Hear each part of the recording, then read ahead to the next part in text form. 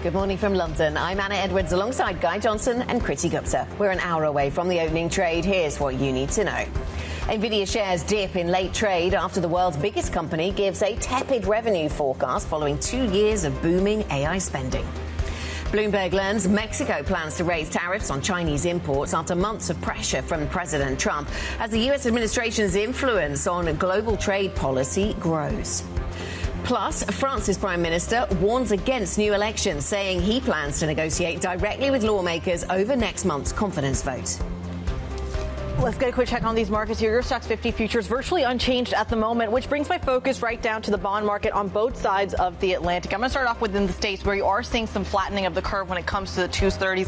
One eye on how, of course, the legislation around the Federal Reserve plays out. That's going to shift the long end of the curve. One eye, of course, on French debt as well. These are the futures contracts. Already seeing an early bid into those, so we'll keep an eye on that. No read-through, though, into euro-dollar. 116 on that currency pair. The countdown to the opening trade starts right now.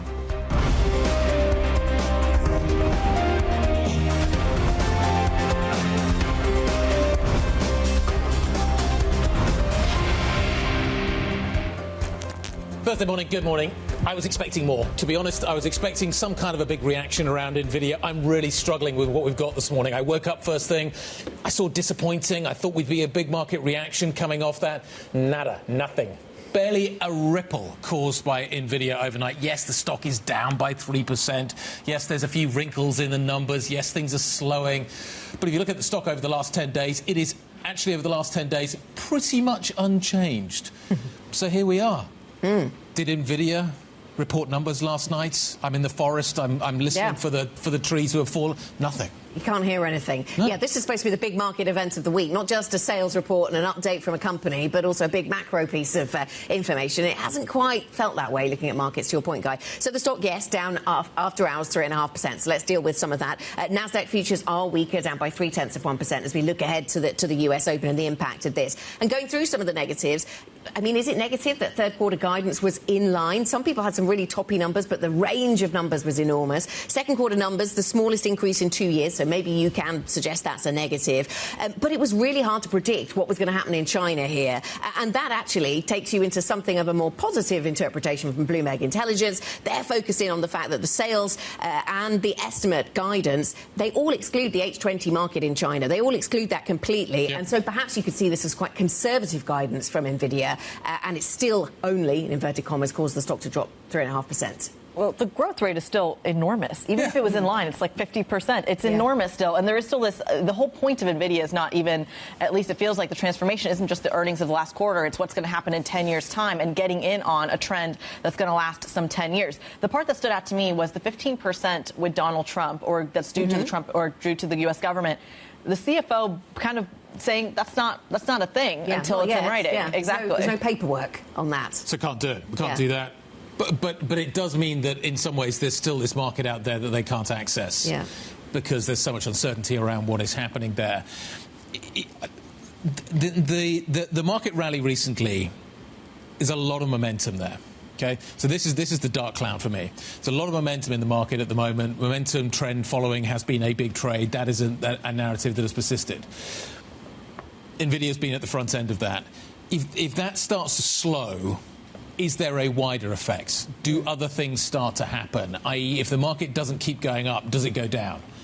Can this market just drift sideways? Like Nvidia over the last 10 days has done nothing. If you look at the 10-day chart, GIP10 on your Bluebay, nothing to see here. Is this a market that is capable of just going nowhere for a long period of time? Well, for a period of time, through the PCE number on Friday and into a rate decision by the Federal Reserve. If you're not going forwards, do the negatives start to weigh more? And I'm just wondering if that's the kind of mentality that we might find ourselves in as we come out of August into September, when you generally have the kind of recalibration you normally get. Back to school, recalibration. It kind of feels like that's coming towards us quite rapidly. The reality check at the end of summer, some would say. It's fascinating because we are talking, of course, about what that kind of exposure and ripple effect and sensitivity to moves in the long end of the curve are. Specifically, we know that tech, Nvidia, Apple, Microsoft are very sensitive to that, a lot of which is not just going to be moved by the Federal Reserve, what's going on there, but still a trade conversation that's happening, except this time not from Washington, from other players that are perhaps perhaps using the Trump playbook to move forward. Two stories catching our eyes this morning, which is one coming out of Mexico, that they're talking about using tariffs against China, their second largest trading partner right after the United States. And then also the EU, when they're talking about their approach to Russia, exploring the use of secondary sanctions. And that's something that the Trump administration notably has used when it comes to India, a 50% tariff rate. And I think the takeaway from these two stories from a broad perspective is that the Trump playbook is now being used by other countries as well. Yes, it is. And it's really interesting to me. Is this enthusiasm for the Trump playbook, or is this just trying to get President Trump on board? Is this just using tools that will appeal to him? And it was interesting, one of the details in the EU story was about focusing the EU's attention on what Russia is doing with abducting children from Ukraine, which is something that President Trump has talked a lot about. So you wonder how long-lasting this influence by President Trump is going to be on the tariff and trade conversation. But right here and now, it is huge. Europe's in a completely different position, though. Europe has a different trading relationship with India, has a different trading relationship with China. It is certainly something that is more difficult to enact from a European point of view. But to your point, how sustainable this will be remains uncertain at this point. The kind of the walk back as well is that the EU still doesn't have its deal over the line with the Trump administration. This isn't a done deal. So we're still negotiating. This is all still part of the negotiation process. It is. And one of our stories just in the last 24 hours suggested that Europe is moving towards taking those tariffs off industrial products, and that is seen as one way to unlock progress to those reduced car tariffs and the other things that were contained within that transatlantic trade deal. I wonder what matters more for Europe, the trade conversation with the States, the war with Ukraine, or some of the internal politics. There's plenty of politics going on. We'll get onto the Dutch in just a minute. France, Bayrou was on TV, OK? So he's out there, he's talking about the idea, this is the French Prime Minister, who has called a no-confidence vote for the 12th. For the 8th. So we've still got a little way to go before we get to that. And he's talking about talks. There seem to be three scenarios that are basically emerging here. And it does seem as if Bayrou's been caught by surprise by the reaction to his call for that no-confidence vote. I think he was expecting particularly the far right to back him, but they haven't. So he's now in a much more difficult position. So three scenarios now seem to be emerging. One of which appears to be the most likely, that we find some alternative to Bayrou. Who that is, no idea at this point. There seems to be lots of different names out there. Ultimately, the name that is selected will probably come from that pack, but whether or not they have more success remains to be seen. Remember, this is all about trying to pass a 2026 budget, a slimmed-down 2026 budget. France has a fiscal problem. So that's the most likely kind of scenario, it looks like, at this point. The next one, which Bayrou was arguing against yesterday, is snap elections.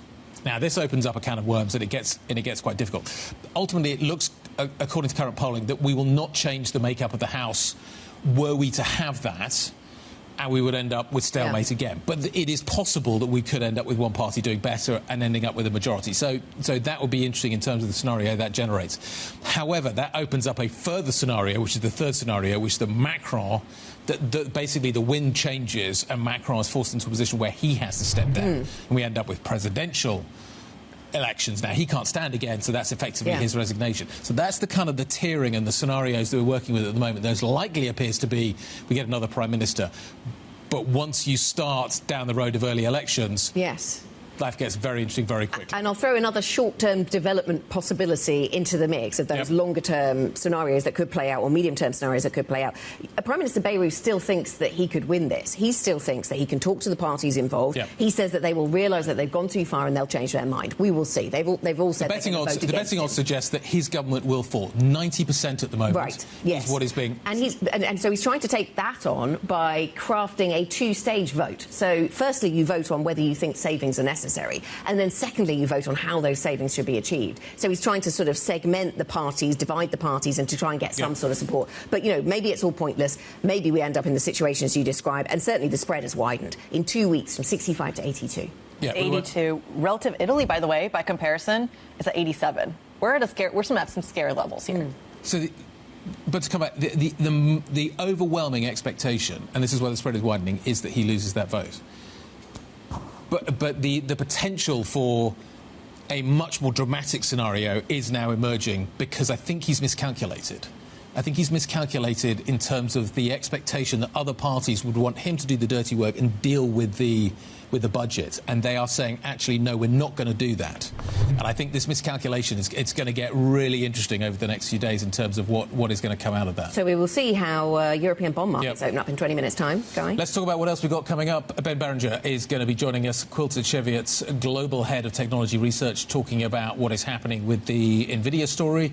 Marie-Anne Allier, Carmignac fixed income manager, is going to be joining us. They have a call of 100 basis points between Germany and France. Claudia Panseri, UBS Wealth Management CIO, France, joining us later to talk about what is happening in Paris. And Mark Dowding is going to be joining us, an RBC Bluebay Asset Management fixed income CIO over there. He's got some interesting calls about the UK. Absolutely. I'm sure we're going to hit all the bond markets of the world with him. In the meantime, plenty of data points to keep an eye on in today's session. 12:30 p.m. UK time, the ECB monetary policy count is going to be hitting the wire. And then for the afternoon, the focus firmly shifts on that U.S. data. U.S. GDP numbers plus jobless claims are coming out at about 1:30 p.m. UK time. The Fed's Waller also speaking at about 11 p.m. UK time. It feels like maybe we might get another signal, perhaps, of when it comes to the job story. That's going to be crucial, I think, because what matters right now for the Federal Reserve? I mean, we know that there's all the politics. We know that there's the pressure. Ultimately, when it comes to the data, does the jobs data even matter, or is it all about PCE? Yeah, the inflation story will be the day after, won't it? What is that, tomorrow? Yes, Thursday. So, yes, tomorrow we get back to the inflation story. So we'll be, data dependent perhaps for the rest of this week. Yeah, but the Fed feels like it's going towards the labour market data, doesn't it? That certainly was maybe the emphasis that Powell puts on that. After everybody else put emphasis on inflation. Exactly. What else do you need to know this Thursday morning? The Dutch Prime Minister and his cabinet have survived a no-confidence vote, easing concerns about a complete collapse of the country's caretaker government. The result means attention now shifts to campaigning for the snap elections, which will take place on October the 29th. It is hoped that those elections will produce a more permanent resolution to the current political crisis. July new car sales data for Europe has shown the biggest jump in over a year, 15 months to be precise. According to the European Automobile Manufacturers Association, registration climbs 5.9% from a year earlier, driven, excuse the pun, by sales of fully electric and hybrid models. And NATO estimates its members are on track to spend more than $1.5 trillion on defence this year. The alliance has agreed to a new goal of 5% of GDP to be spent on armed forces by 2035. This includes 3.5% on defence and 1.5% on related matters, such as infrastructure. Coming up on the programme, we'll get back to some of the corporate earnings stories that are still trickling through this morning. Pernod-Ricard's latest sales come in better than expected, but the company warns of weaker sales due to the China-US trade friction. We will put that front and centre as these markets open up in around 45 minutes' time. Plus, we'll also be hearing from Ryanair CEO Michael O'Leary. He was speaking to Guy just this week, and get his take on the Boeing 737 delivery plans up next. Today's top story, of course, Nvidia earnings. The company's growth slows and markets have been reacting. We'll get some analysis. If you want to get involved in these conversations, IB plus BBTV Go. That's the Bloomberg function that puts you in touch with the team that works on this programme. This is Bloomberg.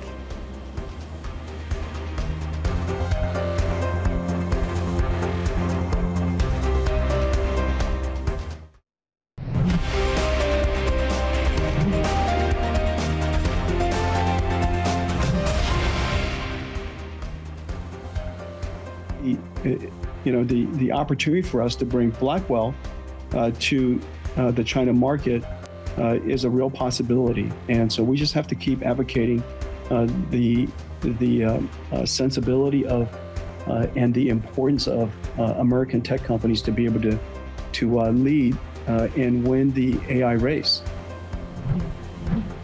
Nvidia CEO Jensen Huang speaking there on the earnings call last night.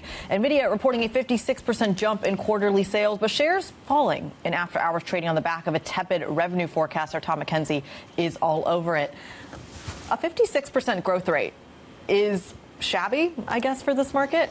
Jensen Huang has been driving a McLaren, now he's driving a Porsche. If you look at the quarterly by quarterly sales pitch, we've gone from growth of around 400% to growth of now, around 50% in terms of the quarter, a little over 50%. Sales coming in at $46.7 billion for the most recent quarter, and then projecting sales of over $50 billion in the current quarter, $54 billion. The margins were a beat. The revenues came in slightly higher. The earnings per share were above the estimates.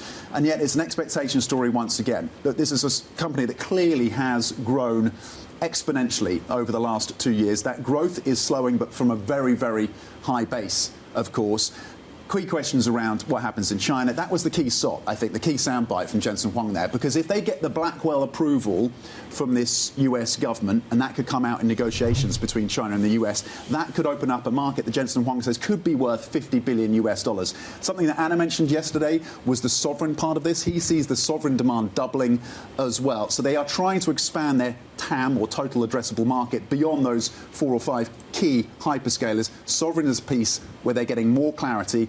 China remains a key area of uncertainty to them, of course. Bloomberg Intelligence have said that essentially for them, the H20 is dead in the water. The focus should be on what happens with this Blackwell chip for the Chinese market. Yeah, hence the inventory build-up around that H20, and we just showed that on the screen. So thinking about Asia and thinking about the market reaction, you know, is what is good for Nvidia and good for US tech good for macro sentiment in Asia? I've been wondering this because, of course, there are competitors in China, and many of them are being encouraged by the Chinese government to step up. And the market reaction has been more pronounced in China than it has so far across global equities. Less of a move in terms of a catalyst that we may have thought and may have expected from Nvidia, because probably they landed in line with the estimates. And yes, growth is slowing a little bit, but from very high levels. You have seen the domestic competitors in China performing very well. Cameron is a standout this week. Came through with record earnings, record first half earnings. This is a company that's set up in 2019. They are trying to build out, now are building out chips that specifically target inference. So when you're using the actual models themselves to ask questions and do tasks for you, that's where their chips come into play. They do not yet meet the capabilities of Nvidia chips, but they're closing the gap, and the stock is up 123% year to date. At one point this week, Cameron was the most valuable domestically listed company in China. So that domestic players are benefiting as the Chinese government says, steer away from Nvidia, at least for now, and focus on our own in-house capabilities. So the macro signal in Asia might not be the macro signal we get in the rest of the world, and Nasdaq futures down by 0.3%. Hardly a big move, though. This is one of the big kind of moments in the reporting season. The Nasdaq's barely budging. Tom, great stuff. Thank you very much indeed, Tom McKenzie, on what we saw out of the Nvidia numbers yesterday. Ben Barringer, Global Head of Technology Research and Investment Strategist at Quilter Cheviot, joining us now. Ben, just talk us through your reaction. I've seen the word disappointing. I've seen the word uninspiring. What word would you describe these numbers as? Yeah, I think they're straight down the middle, but it's not what people are used to, right? So people normally expect 1 to 2 billion of beat from Nvidia. This is more like 1 billion. So it's beating sell-side consensus, but it's bang in line with buy-side consensus. Gross margins ticking up a little bit, and they're guiding to 75 for the year end. Remember, you know, semiconductor stocks always trade on better gross margins, so that's a positive I would add. And then the guidance is very interesting because they've guided at 54 at the midpoint, but that doesn't include any China sales, right? And then they talked about on the call between 2 and 5 billion potentially of China sales. So that does, if you want to play ex-China, it's a miss. If you want to include China or some potential China sales, then it's probably in line or slight beat. So I think that's the nuance that people are going for. As you say, 3% after hours feels about right. As you said earlier, the stock hasn't run hard into the numbers, but obviously on a compared to last quarter, it's up quite very significantly. Should I, as an investor in Nvidia, park China? Should I just put it to one side? The addressable market, the opportunity elsewhere is absolutely enormous. Clearly, the Chinese have a different view. They want to go a different way. Does it matter? I mean, look, in 2024, what was China? About 13% of revenues. Now most people have taken it completely out of their numbers, and it's now an add back. So, at maximum, it's probably going to be 15, maybe 20%. So it's not immaterial, but I think there are a lot of other big drivers for Nvidia going forward. Agentic AI, sovereign AI, the enterprise adoption, physical AI, so that's robotics and autonomous driving as well. So there's a lot driving here, but I think people like to focus on China because of the comments out of China around not encouraging adoption of Nvidia, also the 15% license fee that Trump wants to charge Nvidia and AMD. So it's a good sort of focal point, and it's certainly one of the deltas around the news. But I tend to agree with you. What we're really focused on is the global demand for AI. China's a big market. There's a lot of AI scientists there, so it is one they want to get right, but it's not the whole story. It's not the whole story. And Ben, thinking about the rest of the story, of course, we started with hyperscalers. Now we're witnessing enterprises more broadly spending money on this stuff. We're also seeing sovereigns piling in. And as you mentioned, physical is another way, the actual physical sort of manifestation of AI with robots and the like. So what do you think is going to be the big driver? Are we still in a period where enterprise and hyperscalers drive things, or do we step into a new phase where sovereign starts to drive? What's going to be in the driving seat? Look, the one thing I focus on is still the capex from the big hyperscalers, right? And that is going to now grow this year by about 50%. And next year, that's the real number I would look at, 2026 capex growth, should be about 15%. And those numbers have come up from 33 this year and 9 next year. So that's, to me, that's been the real driver of the sort of AI trade. Now, obviously, the signals from Jensen are that he wants to broaden his demand picture. He just can't focus on the big four hyperscalers. Sovereign, I think, is increasingly going to come through the numbers. He's talked about that being 20 billion of revenues this year, so that's going to be a big driver. And then robotics, I think, further down the line. Also, enterprise is very interesting. You've some of the software companies haven't seen great adoption of their AI, but you are seeing it in results from companies like MongoDB and Palantir that there is demand from enterprises for AI services. So I think that broadening is the way that I would think about it. But hyperscale capex is still the one data point I really focus on for this story. So Ben, that's the Nvidia specific story, and we all know that Nvidia owns 95% of this market. The other 5% comes from AMD and a handful of others. Talk to us about the ripple effect here. If you see decelerating growth from Nvidia, does that set the tone for its other, admittedly smaller competitors? Look, AMD has its CPU business where it's still taking a lot of share from Intel. And it also has, a gaming business, and it also has this former Xilinx business, the FPGA business, which is more networking.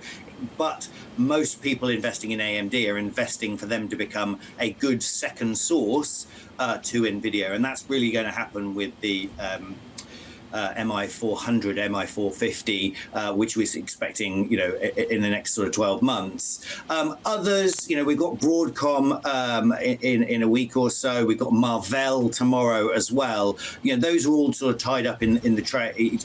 I would just say on the custom ASIC story, sort of Broadcom and Marvell, Jensen made some comments about this last night. The way I think about GPUs versus ASICs is, as long as models keep evolving and there's more innovation and flexibility that's required in model innovation, GPUs will still remain the dominant infrastructure. As people start to do more inference and application-specific things, they'll use more ASICs. But ASICs are difficult to get right. All right. Ben Barringer, Global Head of Technology Research and Investment Strategist over at Quilter Cheviot. We thank you so much for your time this morning. The analysis here is interesting, though, because these numbers are still strong. And the ripple effect is kind of there. He was talking about the market share with Intel. He was talking about the read-through into the likes of AMD. Are we just waiting for another data point? Always. That's what we do, isn't it? Yes. Sure. But to call the end of this Nvidia moment? Do we feel like we're at the end of the Nvidia moment? I don't know. I'm posing the question. I think, well, a 3% drop doesn't feel like at the end of March, does it, on August 28th? I think the stock would have sold off kind of regardless. There's been a very strong run into these numbers. They're just not in control of the China story, are they? Not over the last few days. But put the Chinese story to one side. Everything else looks like it's still progressing, though we were talking yesterday about the fact that maybe the hyperscalers are going to struggle to continue to deliver the kind of margins that they are operating with currently. And if that's the case, can they carry on? Absolutely. Let's talk about another source of potential volatility, at least for Europe. If it's not coming out of the States, it might be coming out of France. We're going to talk about those dynamics next. This is Bloomberg.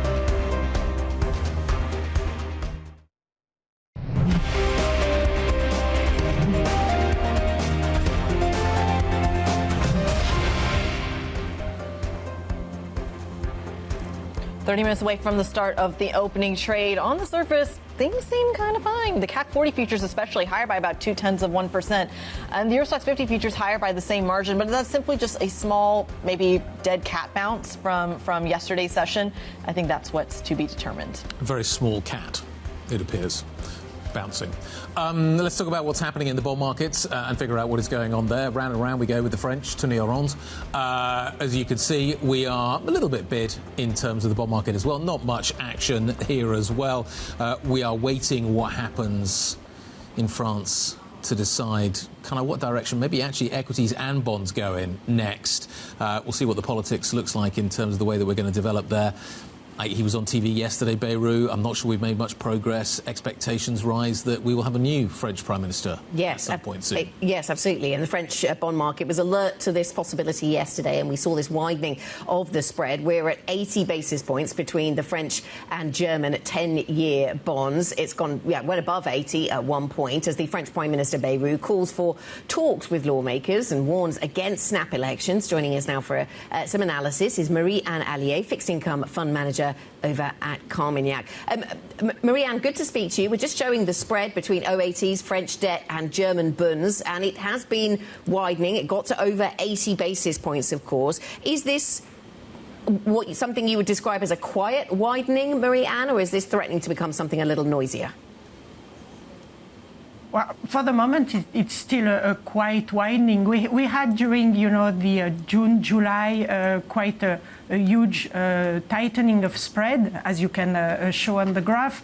So part of that is just, the payback of the carry summer, as we like to say in the bond fixed income market. So for the moment, there is nothing, very worrying about. Every spread are still tight and yield, because we are talking about spread, but what is more important for the country is the absolute level of yield. And for the moment, we are not at level that are especially worrying for us.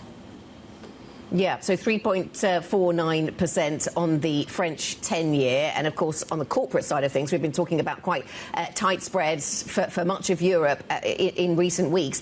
What is your base case assumption, though, Marie-Anne? And do we see this calm continue, or this quiet widening continue, if we do see the Prime Minister lose that no-confidence vote? I think everybody is quite convinced that he will lose the confidence vote. So the market is already prepared to, a new government, even a new snap election. It's something that the market is already priced for. So I don't see the trigger to push the spread, 20 or 25 basis points wider in the next weeks or something like that, unless we have an unexpected event, of course. But I think, even the downgrade by rating agencies, even a new prime minister, it's something that the market has already incorporated in the price. So we will have this widening because we will have more supply and so on. But I struggle to see what will be the trigger to push the spread at 100 basis points or even above this level in the next weeks, let's say like this. Marie-Anne, it's Kriti in London. Play doomsday with me for a moment. In terms of what a lot of markets are calling the worst-case scenario, which is pulling forward a presidential election that is expected to happen in 2027, what is that market reaction? Even if the odds are small, what might that look like? Again, for the moment, the fact is that the country is very divided, and it's very hard to see a majority emerging from any election. Will it be a presidential election or a parliament election? So what we are expecting and what we are seeing is that we will continue to this, deterioration of fiscal policy, but we are not at a point where I think the system will crack. Not yet. And the market, again, look at what the result of people that were shorting, Italy when Italy was the hotspot and the country, or even Greece, Portugal, and so on. You know that at the end of the day, if the euros and the ECB is still in place, it will be difficult to make the system crack. So yes, you can bet against France, but at one point you will say, okay, it's still a single A or double A minus or single A plus countries. What is the risk? Marianne, when we saw the no confidence vote for Michel Barnier in December of last year, the spread hit almost 90. And at one point, the yield had overtaken that of Spain. I believe it's still trading higher than that of Spain. We are now looking at a French yield that is looking likely to overtake that of Italy. Walk us through whether peripheral credit is still the alternative in this environment. I think the corporate credit is still the alternative. When we look at the spread, since December last year, we had the Merck's plan also saying that Germany will spend more. And maybe if you look at the spread of OAT versus swap, and especially versus Ester, we are already at the widest level that we were last year. So compared to Germany, which seems to be a bit below the spread of 2024, but compared to swap, we are above this level. So again, there is already a lot incorporated in the spread of France. I think all the other credit are corporate credit. Italy, Spain are alternative, but they are still, for Italy, for example, BBB rating countries, not single A, not yet. Marianne, what would it take for, what would politics need to look like for OATs to become a big buy? Is there anything to, yeah, precisely. What could happen here? It's a good question, and I have absolutely no answer to give you. I'm sorry. I don't see, what we need is a majority, at least, to have a clear way of what will be the next policy in terms of fiscal, in terms of, reduction of deficit or increasing deficit. I don't know. At least to judge if, the country is in a good or in a bad pace. For the moment, what we have is deadlock. Politics are just unable to present a plan and to be able to. So I'm sorry, I have no answer. To be a big buy, I think we need a providential people, and we don't have it for the moment. I'm starting to hear talk as well about changing the electoral system to allow maybe clearer majorities to emerge. Do you think, how would the market react to that? The idea that actually maybe you need some sort of referendum on proportional representation, you need to change the way that France elects. Are you hearing anything about that? Could that be something that would be seen as positive? Because it would at least give maybe whoever is in charge a freer hand to act. What is strange is that usually our system with a majority to run with a clear majority has bring clear majority in parliament as opposed to countries where you have proportional like Italy or Germany, where you have already a lot of coalition. And if I remember well, the projection that have been made for the last election on proportional, the result won't have been very different from what we had. So I'm not even sure that with a proportional we will have a clear majority. What we lack in France is the coalition, environment where. Yeah. Parties are able to find compromise. We don't have this culture in France. It's the German, the Italian culture. It's not the French one. So maybe what we need is, smartest politics at the head of the country. Smarter politics. Wow, that sounds like that's a challenge. Marianne Allier, thank you very much indeed. Marianne Allier, fixed income manager, joining us from Carmignac. Coming up, we're going to be tracking shares of one French company, Pernod-Ricard, the spirits maker, warning of weak sales. We'll talk about that and what else is happening out there this morning. Plenty of stocks to focus on, despite it being the back end of August. This is Bloomberg.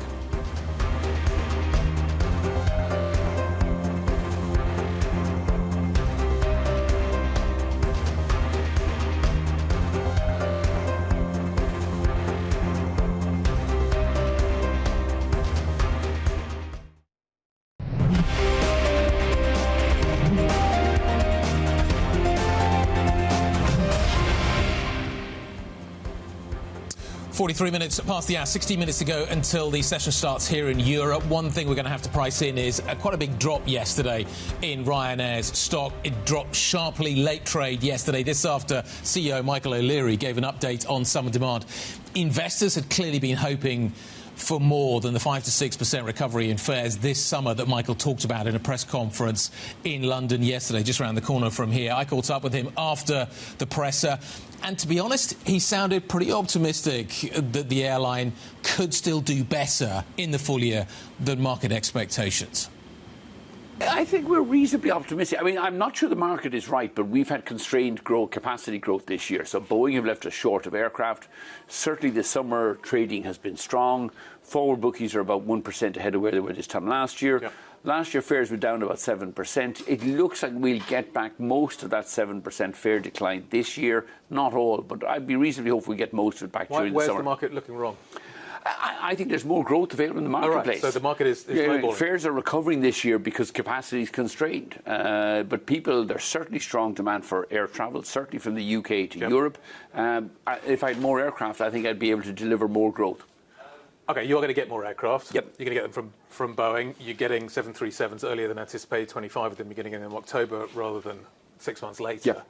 Does that mean you increase your passenger targets? Not in the UK because Anywhere? Oh, yeah. I mean, we're growing very strongly. So you're going to raise passenger numbers because of those aircraft coming Exactly. I mean, we will grow. This year, we'll do about 206 million passengers in the year to March 26. Next year to summer 26, we'll grow to about 215 million passengers. So is that brought forward? Is there any bring forward? No. Because you're getting the aircraft early. early. No. I mean, we're taking the aircraft early to, if you like, to secure that growth for next summer.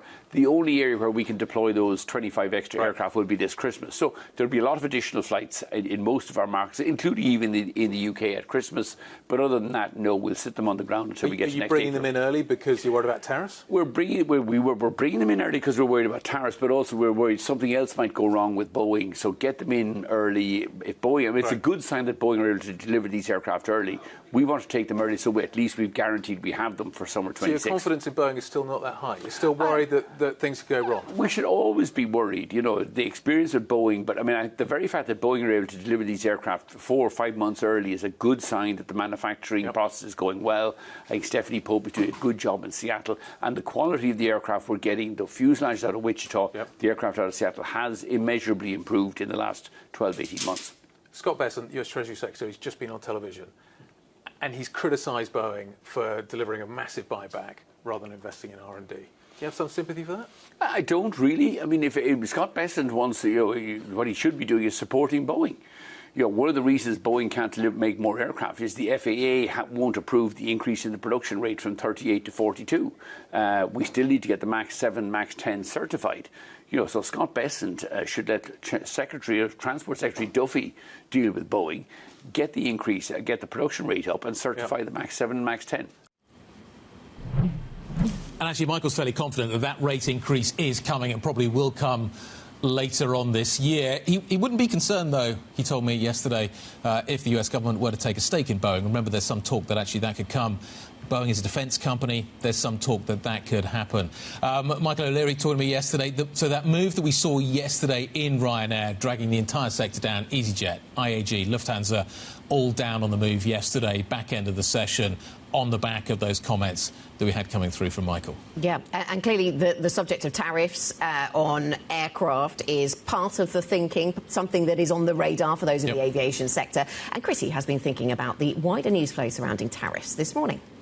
I absolutely have. I mean, this one's fascinating as well because we're hearing so much of the tariff conversation, the trade conversation emanating from the United States. You heard it there on that Ryanair conversation. It looks like now other countries are using the same playbook. What the motivation for that is a different conversation. But I just want to walk you through some of the numbers between now Mexico and China. This is crucial here because, of course, China is Mexico's #2 trading partner, competing with the States in terms of a lot of different products. In fact, this chart, I think, tells you everything. The fact that Mexico is even considering the idea of putting tariffs on imports coming in from China.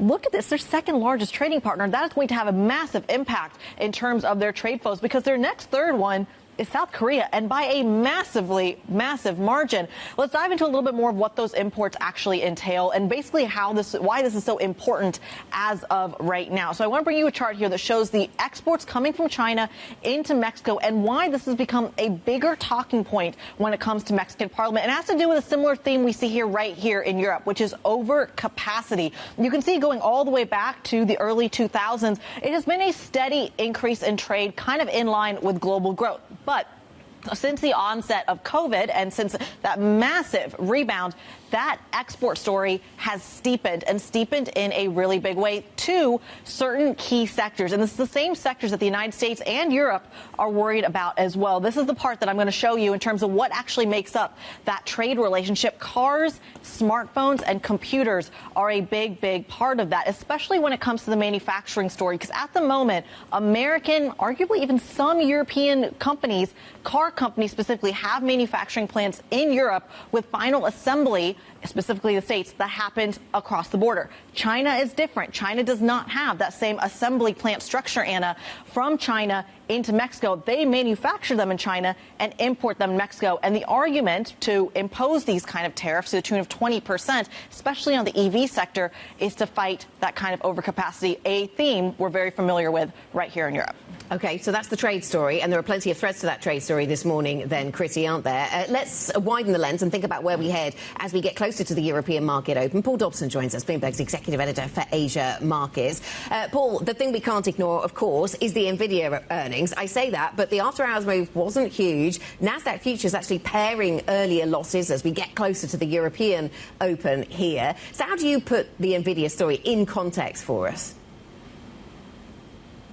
Yeah, good morning, Anna. I think, it's a really interesting question, and way to look at it is the idea that Asia's markets really didn't respond all that much at all to what we saw with Nvidia. Remember, we built this as a really big risk event. Implied volatility was suggesting there could be really major swings either way based on what the earnings showed. And indeed, it did drop quite a long way, around 3% in after-hours trading in the US. But the knock-on impact for broader markets doesn't seem to have been all of that great. I think there's a couple of things to think about. One, the earnings really weren't all that bad. There's some uncertainties in there, and that's part of what made them look a little bit weaker, the fact that they excluded China from there altogether. And two, even then, the size of their earnings is still pretty phenomenal, all else being considered. I think that Asia's markets had an extra fillip because Nvidia is a bit worried about what it can do in China. That is opening space for the Chinese technology companies to also come in, and so they had another good day. But all in all, the market was happy enough with that and focusing on other things.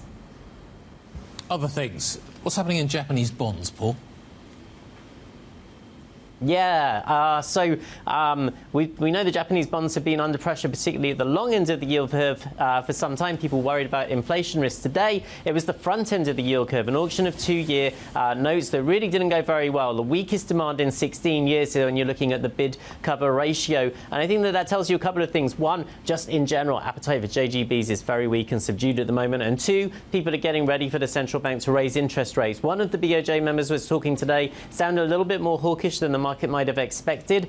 So we're getting ready for the BOJ to hike. Remember, the rest of the world obviously going in a different direction at the moment. But if that's going to happen, you're going to want higher yield in order to own those bonds. And so the risk now is that ricochets again back across to the far end of the yield curve. We've been talking to international investors who thought that would be a good option given the extra pickup they could get with currency hedges as well. But they keep getting thwarted, and all of the profits from that trade are getting wiped out because the yields keep on going higher as well. So troubling times there for the JGB market.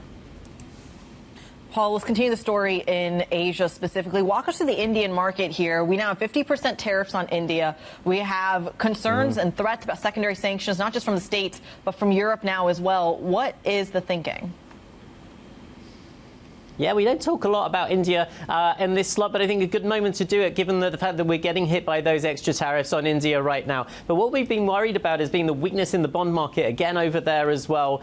We have states looking to fund and the government as well, sort of putting a lot of stress on demand outlook. So today we reported that the central bank was paying attention to it, and that seems to have stopped the sell-off just for now.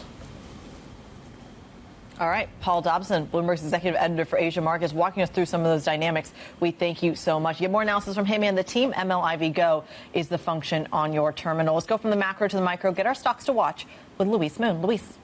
Morning, Kriti. So we're back to talking about chip stocks. Obviously had Nvidia earnings overnight, came in largely underwhelming. That seems to have been kind of brushed aside in Asian markets, but we'll be seeing how this plays out in European markets this morning. So the main ones would be chip stocks in Europe, so Infineon, ASM, ST Micro. They've had a bit of a mixed month so far. ASM underperforming slightly, so we'll have to see how that opens this morning.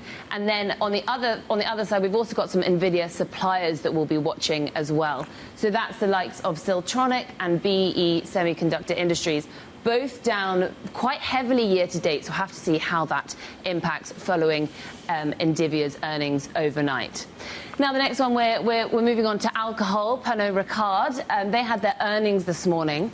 Now, well, if we move on, flip the next slide. So they had their fourth quarter earnings, which came in quite flat, but this was relatively expected. But they're warning of US and China sales to really weigh on things going in. And if you look at their fourth quarter, that already is kind of weighing on the stock. They're down almost 23% so far this year. But analysts, interestingly, are saying that this has kind of been priced in already, so could open slightly higher this morning. And then finally, Delivery Hero, they met estimates, but analysts are still quite strong on that, despite some cuts. So we'll have to see how that opens this morning. Louise, thank you very much. Equities reporter Louise Moon. Big picture, Nvidia reported Nasdaq futures only down 0.1% now. We'll be back with the European Open next. This is Bluebay.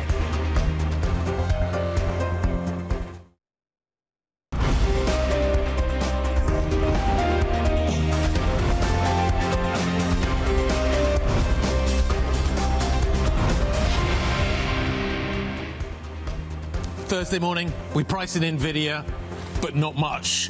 We're not seeing much of a reaction in global markets to that Nvidia story. Yesterday was all about the anticipation of the Nvidia story going into the numbers that we got, but actually there wasn't much there either. Europe basically just drifted sideways. There's a few political stories that we need to factor into our thinking on this side of the Atlantic, a few corporate stories. US markets actually hit fresh record highs yesterday. But overnight, obviously, we faded that a little bit. But that's kind of where we went out. That's where we closed in the States. A little bit to price in on the upside, which is maybe why Kriti has positive futures first thing this morning. A little bit of a catch-up trade, maybe the fact it's just Thursday. It's the last day, or last few days of August. You're also going to be seeing a little bit of a rebalancing trade, plus, of course, catching up to or maybe bouncing back from yesterday's red on the screen. Nevertheless, I think the key takeaway is the futures over in France, higher by 0.5%, Anna, but let's see how that shakes out as we get a couple of French stocks in the mix. Yeah, absolutely. That'll be interesting, won't it, if we do see a little more positivity around France, especially as we have seen recently bond yields, that spread widening just a little bit. Let's have a look at some of the sectors and stocks in focus as we head towards the open then. Chip stocks certainly in focus. Not sure exactly how, but in focus after the Nvidia numbers. That stock was down 3.5% after hours. Nasdaq futures, though, fairly contained, down 0.1%. And Asia seemed to try and look through these Nvidia numbers. So we'll see how that plays out for chips. Pernod-Ricard certainly in focus, expecting sales to decline this autumn or fall if you prefer, due to trade friction in China and the United States. And then Delivery Hero, this has been up and down and all over the place in the pre-market. Investors trying to balance a solid set of results and upgraded revenue guidance, but there was a cut to the earnings outlook because of FX headwinds. So we'll keep all that in focus, Guy. Feels like a single stock story morning, or does it, really? We're about to find out. Let's see if French politics, Nvidia, which I consider a macro moment, are all going to be the bigger drivers here. FTSE 100's out of the gate, nothing to see here, barely budging in terms of its performance. We wait really for the CAC 40 to see how it trades, but there are stocks like Pernod that you want to watch out for right now and see how it does. Stock 600 really just reflecting the FTSE right now. The IBEX is up by 0.2%. Again, nothing really to see here in terms of the story.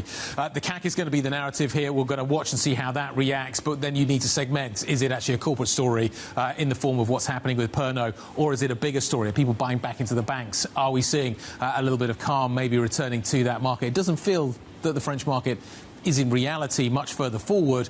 We still have to wait until the 8th of September before we actually get the next clear and obvious catalyst in terms of what we're watching. The CAC 40 is up by 0.4%. We'll wait and see what the DAX does. Actually, there's some fairly positive data out on autos today, which may be factored into its numbers as well this morning. Kriti, the sector story.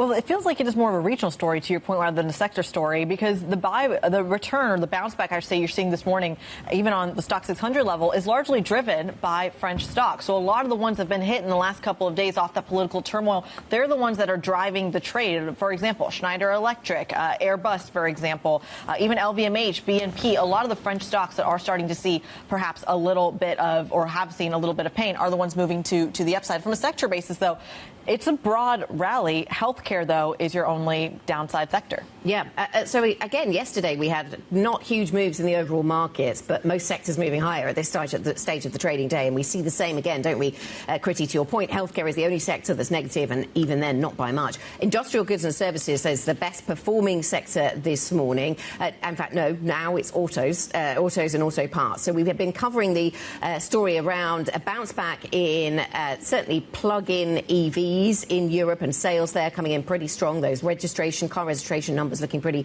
decent. But actually, it's some of the suppliers to that sector that are doing better this morning. So Continental and Stellantis up by 1.4%. Pernod's up by 4%. So maybe that's a kind of factor into the French thinking as well. And if you take a look at the CAC 40 this week, so you get the big gap lower coming into the 26th that morning.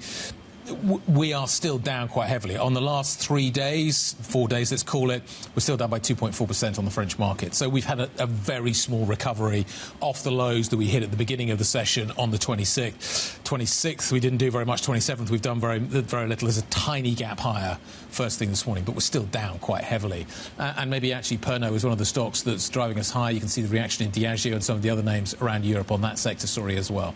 What's French for dead cat bounce? We're going to have to look that up and translate. It's one of those things that you shouldn't translate directly, I suspect.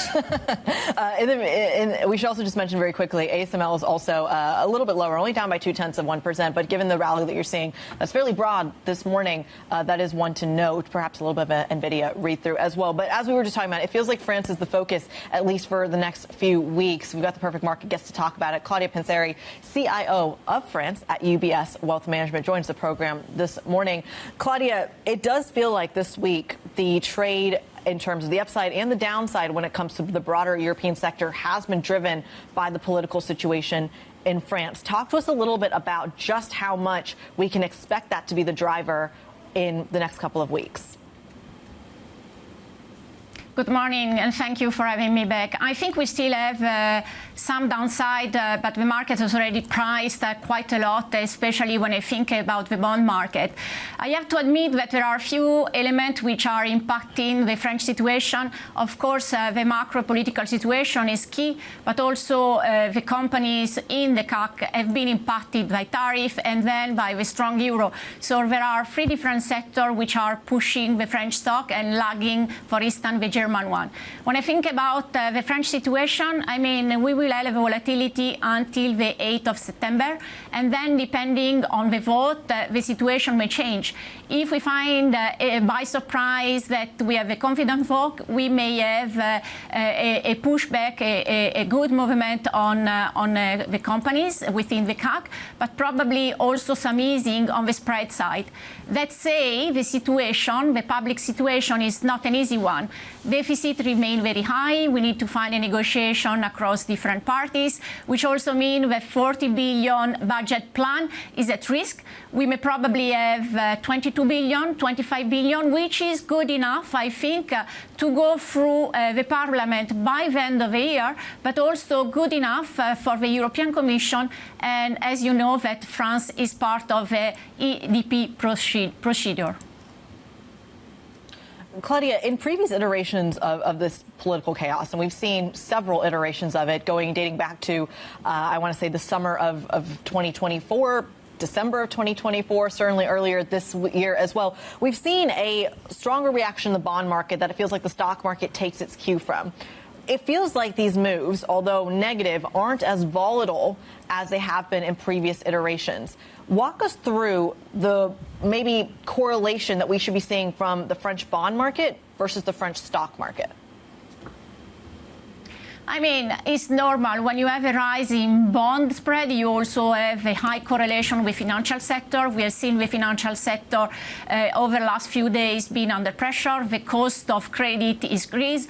And if you have higher cost of credit, you have more refinancing costs, not on only on the sovereign side, but also on the credit side.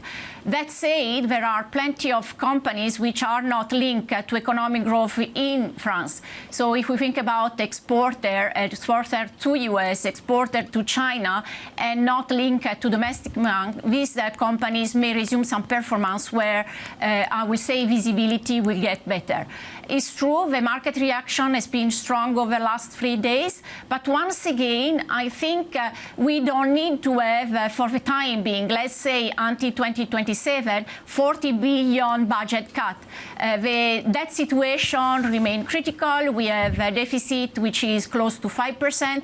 This deficit will not improve if we have a huge fiscal tightening. But for the European Commission, having between 0.6 and 0.8 of deficit improvement is good enough. And then we need a new PM which could negotiate across the different parties to find the possibility to have these 22-25 billion by the end of the year. There is still time to put the budget into the process and being voted until the end of the year. I think the market will react well. If we are in the situation, then a new PM is named, and this PM will be able to present the budget by the end of October to the National Assembly. OK, yeah, we'll see if any new Prime Minister, should they appear, will have any better luck than Beirut at getting these things through. Let's move on to the tech story, Claudia, because we had Nvidia numbers out overnight, and I know that you are keen on large tech, big tech, over in the United States. So as somebody who is leaning into the tech theme, still thinks there's something to play for there, how do you interpret the Nvidia numbers? NASDAQ futures are now almost flat. It's quite interesting because we are always very excited about the Nvidia results because it's one of the biggest stocks and the US market is so concentrated. Nvidia has also been one of the most volatile stocks over the last year. Every time we have results, we have a huge change in the stock price. Now, the AI story is still intact. There is a lot of capex which has been spending. There are doubt or concern around monetization of the capex spending. Also concern about the return on capital employed, but the trend is there. When we look, the revenues are still up very strongly. The growth is changing, but you can't have 2 years in a row with growth improving when the number of growth are above 100%. So it's also a question of base effect. Geopolitical and the trade concern put some volatility as well, are impacted results, but overall I think yesterday's results are good enough to keep the trend going. OK, good enough to keep the trend going. Claudia, yesterday we heard a pretty negative interpretation from one investor about the threat that AI poses to software as a service. Do you share that negativity? Do you fear that other big players in the US tech space might come under pressure from competition if they're providing software competition with agentic AI? So I think there is competition rising. The positive element I want to highlight is that the penetration rate is increasing. The penetration rate increasing means also that adoption will be higher. More adoption you have and more revenue you have. We need to be selective, of course. The market is up quite a lot since April 2nd. There is, over the last 2.5 years, performance of AI stocks has been impressive. So there is more selection to do because valuations are stretched. But I will not be too concerned about the fact that earnings growth is still there. And I will be more pointing out that penetration rate rising is also mean more volume. More volume is revenue. So even if you are losing a bit of pricing power, the volume should offset the price pressure. Claudia, good morning. It's Guy. I'm curious to get your take on whether or not you buy the United States or you buy Europe. are the catalysts for European outperformance of the United States now behind us? What are you advising your clients?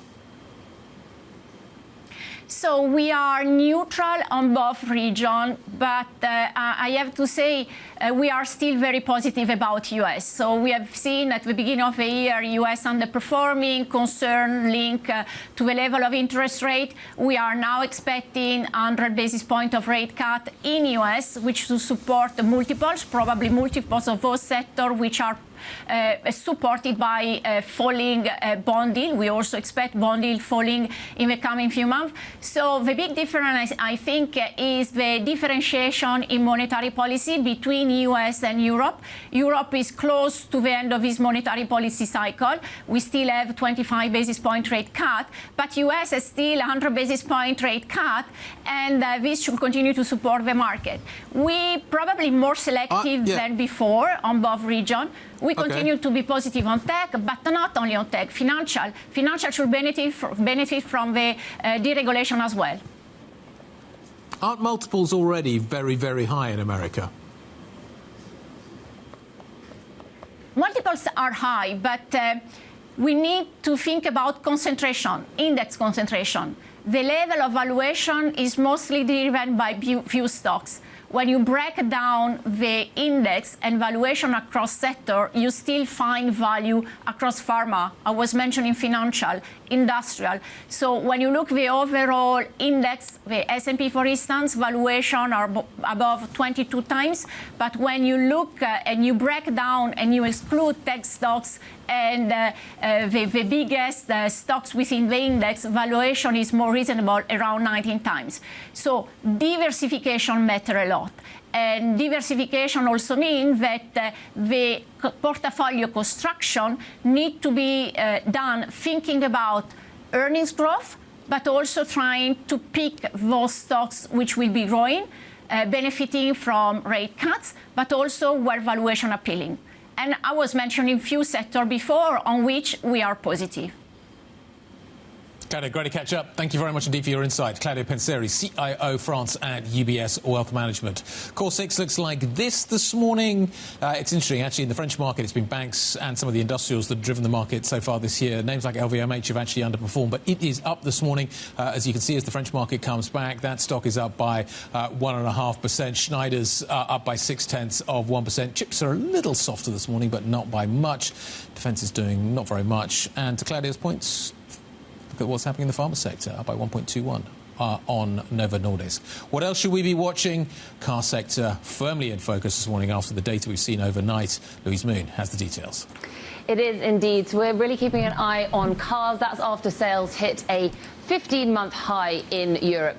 A lot of demand for electric vehicles there. So the key ones we're looking at: Volkswagen, Mercedes, Stellantis, all into the green, up over 1%. Stellantis actually up 2.5%, so that's really boosting the car market this morning.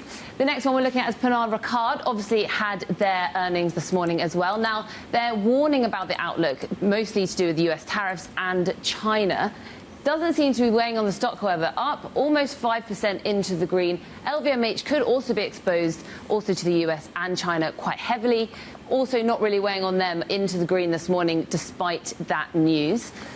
Moving on to the food sector, we've got Delivery Hero. They also had their results this morning. First half matched estimates, but they did trim their full-year guidance, not seeming to weigh on the market, also up almost 4% into the green. Now, moving on to the energy sector, we've got Drax in the UK. So some surprise news this morning that the FCA is investigating Drax. That's into some of their reporting, some of their historical statements in the past few years, really weighing on their stock, down 7% into the red. They were down about 12, so they've kind of moved higher slightly from that, but still strongly down into the red. And then lastly, sticking with renewables, we're on to Ørsted. It's been a big week for Ørsted.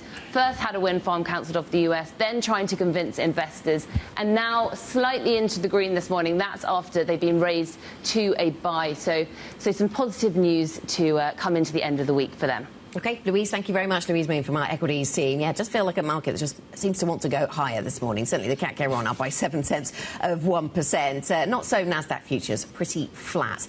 Coming up on the programme, we'll bring you more analysis and market reaction to those Nvidia earnings. That's coming up next. This is Bluebay.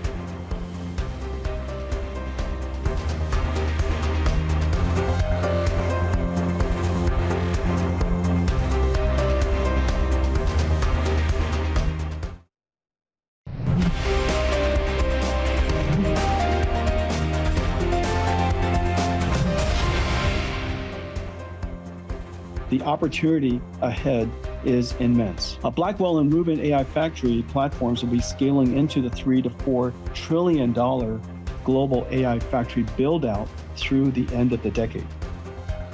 So I think the opportunity for us to bring Blackwell to the China market is a real possibility, and so we just have to keep advocating the sensibility of and the importance of American tech companies to be able to lead and win the AI race. Nvidia CEO Jensen Huang speaking on the earnings call after we saw numbers posted yesterday. Nvidia reported a 56% jump in quarterly sales. Shares down in after hours. It's had a great run recently. You need to factor that into your thinking. Tepid forecast, maybe. Is this company, though, operating off a bigger base, so the percentages actually don't need to be as big going forward? Let's figure out exactly how we should be reading these numbers. Peter Elstrom, Bloomberg's Peter Elstrom, joining us around the table. I read this morning, the boom is over. Things are slowing. Finally, we're starting to... is that really the narrative here? Because these numbers still look pretty solid to me. Yeah, 56% growth is very, very strong when you're building off of a base of $30 billion. They went up to $46.7 billion. But I'd say the rules are a little bit different when you're the most valuable company in the world.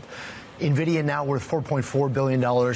First company to ever get there. Stock's up 1,000% over the past 3 years in particular. So the rules are a little bit different. There are a few areas of concern in the earnings report. First of all, in the data center business, which is really their growth business, revenue came in at $41.1 billion. Expectations were $41.3 billion. So just a little bit higher, but they didn't quite get there. So that was one area. Also, the forecast for the next quarter was a little bit lighter than some people had anticipated. It was $54 billion. Some analysts had estimates as high as $60 billion, even beyond that. And then China is a little bit of a mess right now. They're trying to figure out exactly what they can sell into China. The U.S. government has sort of changed its rules. They first had the H20 chips blocked. Then they were allowed to sell the H20 chips into China. Now Beijing is telling its companies you shouldn't buy these chips. So they said on their earnings call that they've stopped producing the H20 chips for the China market. They're not sure whether they're going to be able to sell anything. In the last quarter, they didn't sell anything at all. In their forecast for the next quarter, they don't have anything included in there, but they say perhaps if the rules change, they could sell $2 to $5 billion. So it's kind of a mess. They're trying to sort it out. But it's still a key market for them. So why is there not a bigger reaction? Well, China's very important to them. They are getting tons of growth out of the U.S. hyperscalers, of course. Those companies are still buying the bulk of this business, but the confusion around China is pretty substantial at this point. With the H20 chips, they had the ban, then they were allowed to go forward. Beijing is now telling their companies not to buy the H20 chips. In the meantime, the Trump administration said you can sell if you give us 15% of your revenue. Now, the company kind of admitted yesterday that even they don't know exactly what that means. They say that the Trump administration hasn't come forward with any formal kind of proposal. The CFO gave us an interview afterwards where they detailed this, and Nvidia can't hand over 15% of their revenue to the Trump administration without some formal documents about what that means. They said they're facing the danger of litigation if there isn't a formalized agreement worked out here. Yeah, their accounting system needs to know how to code that payment to a government. Exactly. Don't they? Exactly. What about the competition they're getting from China then, Peter? Are they facing serious competition? If the Chinese are leaning on companies in China and saying don't buy H20s, buy something more domestically made, what are they up against? Right. It's a very good question. I'm very happy that you raised this. Right now, China does not have any companies that can compete with Nvidia in terms of the AI chips needed, especially for training. And they talk about AI chips in two different categories, what's used for training and then what's used for running the actual models, especially in terms of training. There's no competition for Nvidia.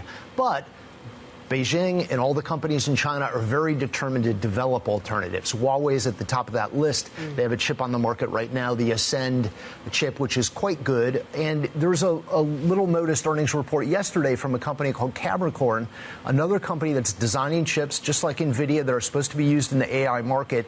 Their revenue is up 44-fold in the last quarter, a booming. Now, they're much smaller than Nvidia, of course, but I think it's a sign that Beijing is telling the domestic companies to try to buy domestic whenever they're able to do that. I think that's a sign of concern for Nvidia, and that's why they want to be able to sell into the China market. Jensen Huang said after the earnings yesterday during a conference call, they'd like to be able to sell their highest end chips, the Blackwell chips, into China in addition to the H20 chips. A conversation, no doubt, they need to, that will continue with the White House. Peter, thank you very much. Bloomberg's Peter Elstrom on the tech beat. Let us talk about what's going on in consumer-facing products. Pernod-Ricard shares are moving higher, even after the company said it expects sales to decline in the beginning of the next financial year as the French spirits maker continues to grapple with, guess what, trade friction between China and the United States. This is something of a theme this morning. We're joined now by Bloomberg's global business reporter Jennifer Creary, who's on top of this story. So what are the key takeaways, Jennifer, from the results here? Yeah, so organic sales are fairly flat in Q4, and that was actually better than what analysts were expecting. They were expecting a fall of 0.8%. Full-year profit also beat analyst estimates slightly, so the company's doing a bit better. So a lot of that strength is in France and Spain, but if you look at some of the weaker regions, there's China, of course, which isn't surprising. Organic sales were down 21%, and that's because of softer demand with the consumer over there, but also the kind of lingering impact of tariffs and also that anti-dumping probe by China. Also weakness in the US, so they were down 6% there. I think what was very interesting was there was a line about when management said there's gradual improvement in the outlook for global travel retail with the resumption of duty-free spending, but that won't come into effect until Q2. So a bright spot on the horizon, but still some challenges at the moment. One of the challenges has got to be they don't know what they're doing with tariffs. Like the deal with the US isn't done. We don't know what actually the details of that are going to look like. Spirits could still be included, they may not be included. We don't know. So how big a challenge is this, and how are they dealing with that uncertainty? Yeah, so a lot of that tariff impact is, of course, impacting its US sales, so down 6%, as I mentioned. And that's really impacting distributor inventory levels. No distributor wants to have excess inventory, but a lot of that uncertainty means it's very hard for them to plan ahead. So that is the main impact. Previously, management did say that they're looking at mitigation measures, so targeted price increases, cost savings, more efficient promotions. The analyst call is ongoing at the moment, so certainly investors will be listening in for any additional color on tariff mitigation measures. Great stuff. Thank you very much indeed. Interesting to see what's happening at the stock this morning. Up really quite strongly on the back of what has been reported. Our global business reporter, Jennifer Creary. Thank you.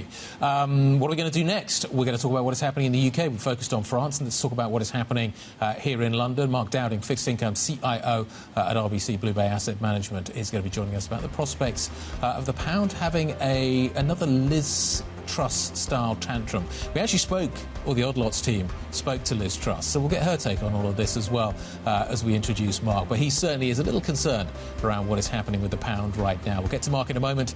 This is Bloomberg.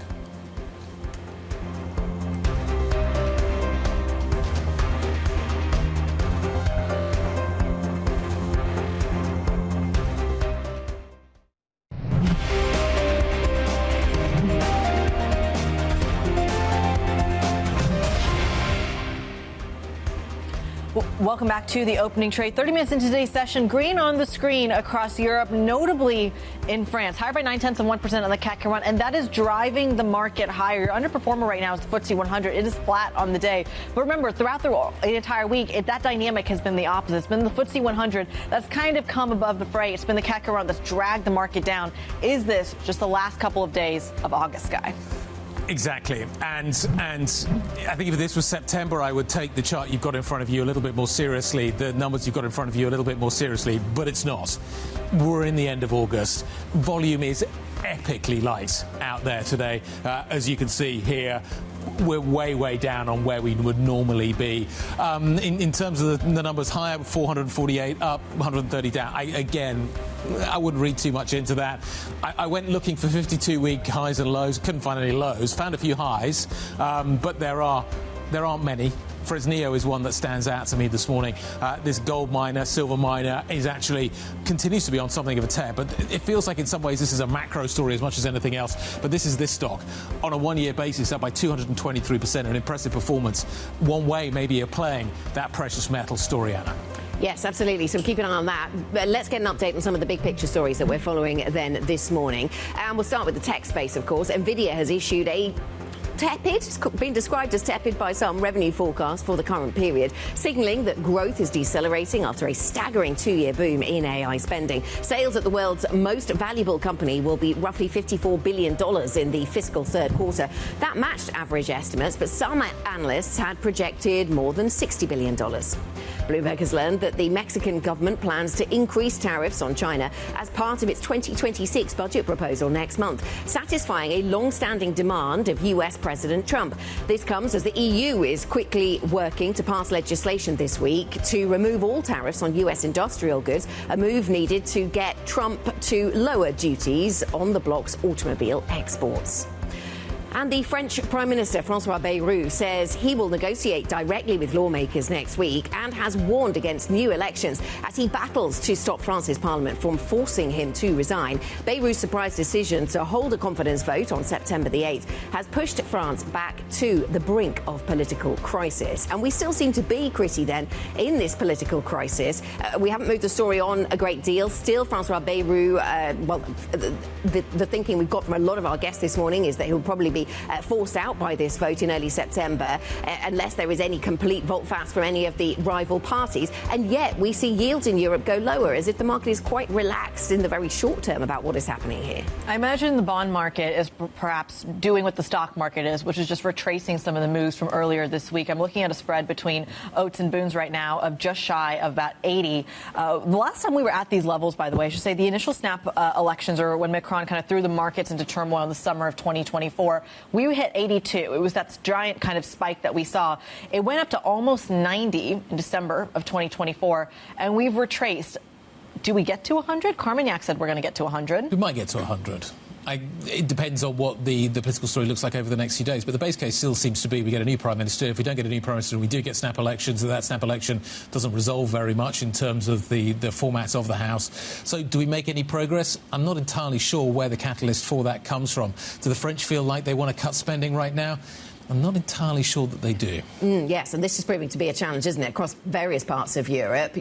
When governments go to their parliaments and ask them to vote on spending cuts, and it proves difficult. We've seen that certainly in a UK context. Let's think about the UK right now. The former UK Prime Minister, Liz Truss, says the Bank of England needs to be accountable to politicians, adding that she is sympathetic to Donald Trump's approach to the Fed.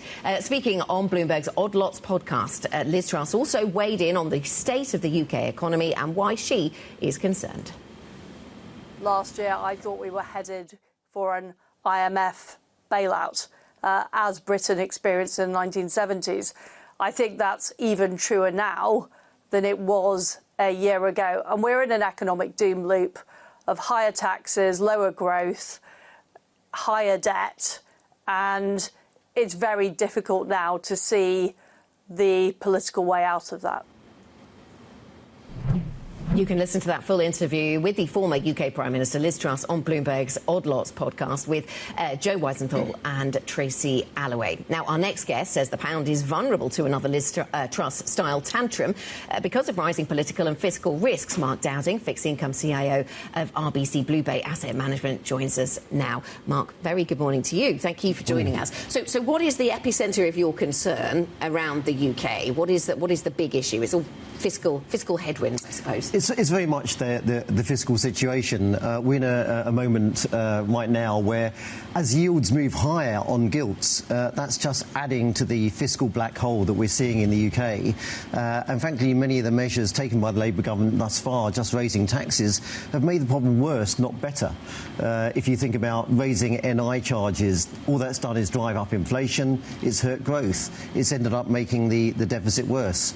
Going after non-doms, going after private schools, it's not really helping the situation. And so without any clear sense that welfare spending, runaway welfare spending, is going to get tackled, I'd have a real concern that at some point markets are going to lose trust and confidence in the policies of this Labour government. OK. And you know, we hear that kind of view fairly often on the programme. But just to give a different perspective, to take a different slant at this, I was listening to the Thick Focus podcast from Bloomberg yesterday, and Bloomberg economist Dan Hansen making a few points about the way that the UK economy has positively surprised. First half growth actually coming in better than expected. The services side of the economy, the PMI numbers there looking better. And actually the narrative you hear a lot on maybe social media and elsewhere about a sort of perma cost of living crisis being overdone, that real wages actually over 5 years have actually increased, which is kind of staggering given the inflation that we saw. So is it for certain that things are really deteriorating on the sort of basic economic front in the UK? Well, I think, frankly, we are in a country where we're experiencing very weak growth. I mean, we're not in recession, but growth is weak. We're struggling to grow the economy. There is next to no productivity growth in the economy, and that means where wages go up, that just adds back to inflation, doesn't it? So from that point of view, I do feel that we're facing some pretty grave economic challenges. At the same time, you add on to this sort of concern around a building debt crisis, and it's really going to take some deft policy, I think, to actually avert some of these scenarios that good old Liz Truss was just speaking about just a moment ago. I mean, blimey, she's bearish, isn't she? I mean, I thought I was quite bearish on the UK, but she's really well, it's not really that much of a surprise when the Labour Party is in charge and she's of a previous government, is it? I suppose I should make the obvious point. I suppose not. I'm sure it was nothing to do with her. But the one thing that you would say, which is obviously one of the challenges that Labour faces, is because we've had this history under Liz Truss of this gilt market tantrum, effectively that does make the UK something of a canary in the coal mine when it comes to these government bond debt worries, right? It's happened here before, and so it's more likely to happen here again, maybe than it is in other countries, perhaps. What happens in the budget, the upcoming budget?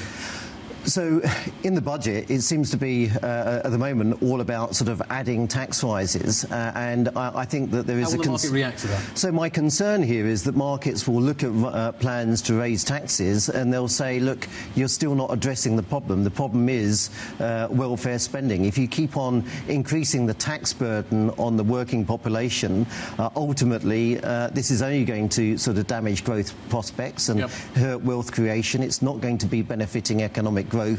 It's almost like the reverse of the Laffer curve effect that we see in the US, where they seem to be getting away with cutting taxes, and that doesn't hurt the deficit at all. In the UK, we're sort of raising taxation, and it has very little benefit. You've got to tackle spending. Politically very difficult. How high do you think gilt yields need to get before it becomes less politically hard to do? I.e., there is a crisis, we need to cut spending. Do yields need to go significantly higher from here in order to generate that kind of a political response? So I think, I mean, that's an interesting question. I'd say that over the course of the summer, we've seen this steady move up in gilt yields. It's almost like witnessing a bit of a slow-moving car crash at the moment. But in as much as we're talking about this fiscal black hole, at some point you'll cross over an event horizon where that move in yields will become self-feeding. It will become self-accelerating. How far away are we from that? So I reckon if you see 10-year yields move through 5%, I think that would be a real trigger. When you start looking at debt sustainability analysis and you're looking at numbers above 5, then you've really got a lot to worry about. That will change the political narrative, do you think? I think that can end up forcing a change in the political narrative. I don't think politicians want to change tack. They may well be forced to do so. You said that, so RBC Bluebay has a short position on the pound right now, and you made the point earlier that the UK is a canary in the coal mine for other economies with debt crises. Why is the UK worse off than its counterparts in France, in Italy, in Spain, or arguably even the States? Well, I think that is a good question that you hit on there. I mean, the UK, in a sense, is being held to task more perhaps by markets than some of those other countries. I think it's partly because we've got this precedent of what has happened here before. If it's happened before, it can happen again. I think, secondly, when it comes to the United States, although they've got runaway deficits, they've got a relatively strong economy at the same time. And from that perspective, also being the world's as a reserve currency, they can kind of get away with it, at least for the time being. I think in France you do have a building problem, and actually over the course of the next couple of months, look, I think we're going to go to new elections in France. I don't think that Macron can stick in another technocrat. I don't think that's going to be credible, and I do think that, again, there'll be a moment in France where France as a society needs to face up to the fact that they're trying to live beyond their means. They get the joke in Italy. The spread has conditioned them in Italy, which is why Italy is fundamentally, I'd say, a better credit than France these days. The term IMF bailout has been thrown around a lot this week. First, we heard from Liz Truss on our Odd Lots podcast using the term and referencing it. We heard Eric Lombard talking about it in France. Now, I think it's a little bit of an exaggeration that the UK or France may need an IMF bailout. But talk a little about what they might need. If we're talking about the idea of us getting to these dire levels, do we need to start talking about ECB intervention? Do we need to be talking about excess liquidity in some of the corporate markets? How should we be thinking about some of the plumbing around this? So I think that what you need to see, for example, in the UK, you need the Bank of England to stop QT right now. You also need the DMO to stop issuing long-dated government bonds, effectively stop the pressure on the long end of the market, buy the government a bit of time, help improve the market technical would be one thing that I would say here. The other thing that you kind of need to see, though, is a sense in which policy is doing the right thing. You need to get the markets on side and get the markets trusting you in terms of your fiscal plans.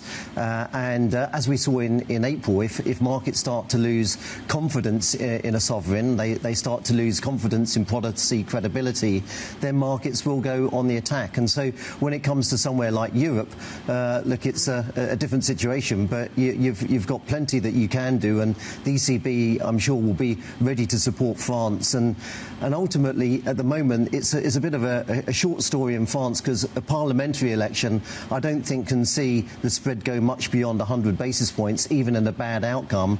This is more of a prelude to what happens in 27 and the presidential campaign, I'd suggest. And Mark, you sound like you'd be quite relaxed about 100 basis points. So that's not a big drama, then, for European government bond markets. That would be fairly muted, would it? I mean, how would you characterise that? It's still relatively muted. Bear in mind that, of course, European yields are 2% below where UK yields are. So even if there is a spread of 100 basis points in France, France is still looking at much lower borrowing costs than we have in the UK. In the UK, we also have a situation where inflation is too high. It's going to be difficult, I'd suggest, for the Bank of England to cut rates further, whereas in the context of the Eurozone, inflation just isn't a problem in the same sort of way. So I don't think markets would get overly stressed about France being at 100 basis points. We've seen those sorts of spreads before on many other sovereigns. I think it would be more if we were continuing to move beyond that point, but I think that would be more something that we could see if we started fearing either Mélenchon or Le Pen in the Elysée.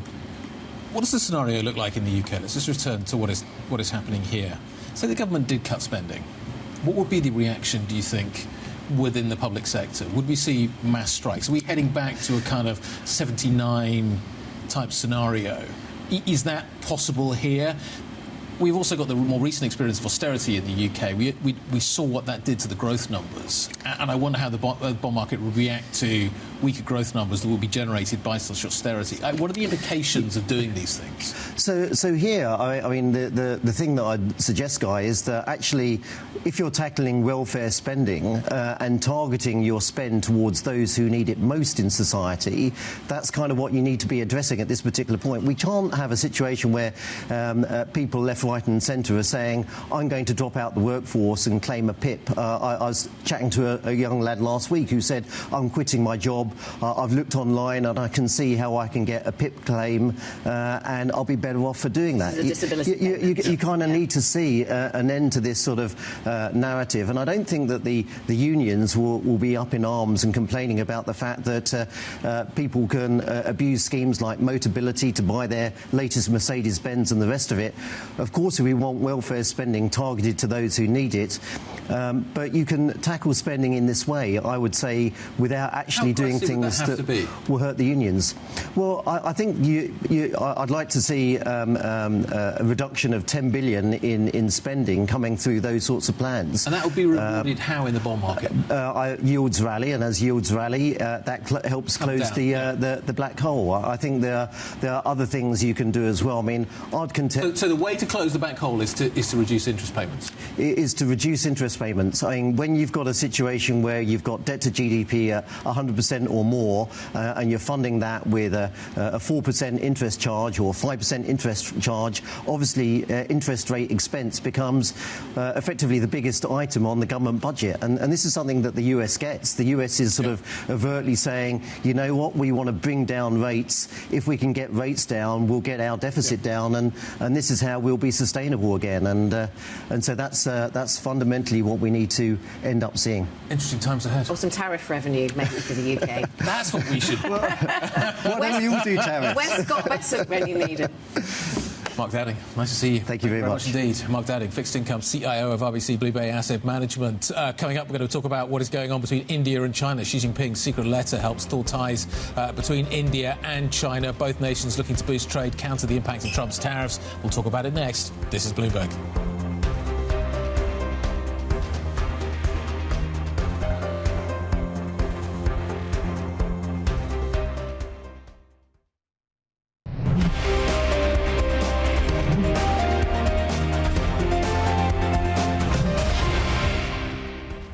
Everybody in America loses because of what India is doing. The consumers and businesses and everything lose, and workers lose because India's high tariffs cost us jobs and factories and income and higher wages. And then the taxpayers lose because we got to fund Modi's war.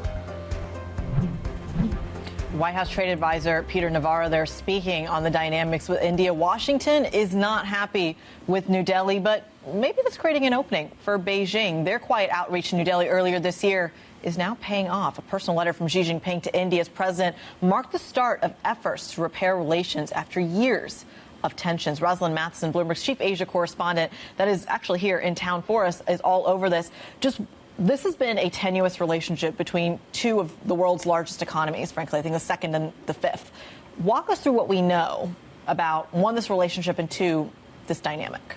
Well, as you say, it's a relationship that has had many ups and many downs, and has periods where they have drawn closer, but then many periods where they've drawn further apart, and a lot of underlying tensions there in the relationship over border, over trade, you name it. But it does seem as though they now have, a common motivation here, and that is the US and Donald Trump's behaviour around trade, and particularly lately, really zeroing on India and criticising India for buying energy from Russia, which he says is supporting its war against Ukraine. And so what we had is Xi Jinping, we know, sending a letter back in March to the Indian president suggesting some outreach. That kind of sat for a few months. But then when things really started to deteriorate between the US and India, we suddenly had the Prime Minister Narendra Modi saying, hang on, yes, let's open some doors here. So we've had a lot of back-channel, delicate, careful conversations going on, moving towards the point that in a matter of days, the Indian Prime Minister is going to be visiting China as part of a broader meeting with a bunch of other countries. But, it does show that the catalyst for all of this has really been the tensions that have escalated between the US and India. It's nothing like a common enemy to bring people together, Donald Trump. Well, that's right. It's interesting. Did Donald Trump actually intend this to happen, or was it an unintended consequence of it? I mean, he's really gone hard on India, and that's put Modi in a difficult spot at home. He has to show that he's tough and he's standing up. And, maybe Donald Trump didn't think that these two countries with their long history of tensions would go this far. Maybe he didn't think that they would be ruthlessly pragmatic. Two enormous countries. Yes. And basically you're forcing them together. That changes the dynamic quite significantly, particularly in Asia. It does, and the question is, does it last? I mean, that will be one interesting thing to see, because, again, there are a lot of things that are under this relationship that aren't great. I mean, you've got China's support for Pakistan. For one thing, you've got their long-running border disputes, which bubble up every couple of years, get contained, bubble up again. I mean, there are really deep rifts in this relationship. They're drawn together now by mutual interest, but if that mutual interest parts, do they part again? OK, Rosalind, thank you very much. Ros Matheson, Bloomberg's chief Asia correspondent in London for us. Another point of tension we've been keeping our eye across is French politics and what's happening in the European government bond market as a result. François Bayrou says he will negotiate directly with lawmakers next week and warned against new elections as he battles to stop France's parliament from forcing him to resign as prime minister. Let's bring in Bloomberg's Caroline Conan. So Bayrou, does he still think he can survive? We spoke to a couple of guests earlier on in the programme who don't think that he survives as Prime Minister, Caroline, but he seems to be convinced that there is a path for his survival. He still believes he can actually make it through September 8 and this confidence vote, even though he acknowledged last night on the 8 o'clock news of TF1 that mathematically at this stage he cannot make it. But he's persuaded he can convince some opposition parties, including the Socialists, next week through discussions about the budget that the debt issue is the most important for France and that they should support him on this confidence vote. He said he can actually negotiate on every single issue, including scrapping 2 bank holidays, including taxing the highest earners, including this proposal of freezing welfare and pensions for the 2026 budget. So we'll see how these talks go with opposition parties all through next week. We'll see how the socialists react to that. But, you know, even within Macron's camp, we start hearing voices talking about new snap legislative elections. For example, yesterday from the former Prime Minister Edouard Philippe, who said these new snap legislative elections might be the only way out, even though François Bayrou said last night that he believes this will not create any more stability for France. I've been down to where the French president has his summer place down in Cabosson, near Cabosson. It's lovely. You have. Nice place to meet for Merz. Yeah, it's very nice. What are they going to be talking about down there, Merz and Macron? Well, in fact, it's very rare. Last time Macron invited the German Chancellor there was 2020, Angela Merkel. They're going to talk, of course, about defense, security, trade, and one of your favorite subject, Guy, the European fighter jet, the next generation, the FCAS. Dassault Aviation, the French company, has said they want 80% of the work share. Germany doesn't agree with it. It's a joint venture with Airbus and the Spanish Indra. They're probably going to be, that's probably going to be the elephant in the room, and they may make some progress on the work share at this cabinet meeting. All right, Bloomberg's Caroline Conan walking us through the dynamics between France and Germany. We'll keep an eye out for the headlines during, I believe, that dinner tonight and, of course, the official summit tomorrow. We thank you so much. In the meantime, the next 24 hours, jobs data, some GDP data, an ECB monetary account. Yeah. So exciting. All of that. Well, I think what you need to know is NASDAQ futures are doing nothing. There you go. It's amazing. Yes, we had Nvidia reported, and nobody noticed, it seems. We're really giving our viewers their run for their money. French beaches. Anyway, Geeta Gopinath is going to be joining us very, very shortly here on Bloomberg Television. Look forward to that conversation. This is Bloomberg.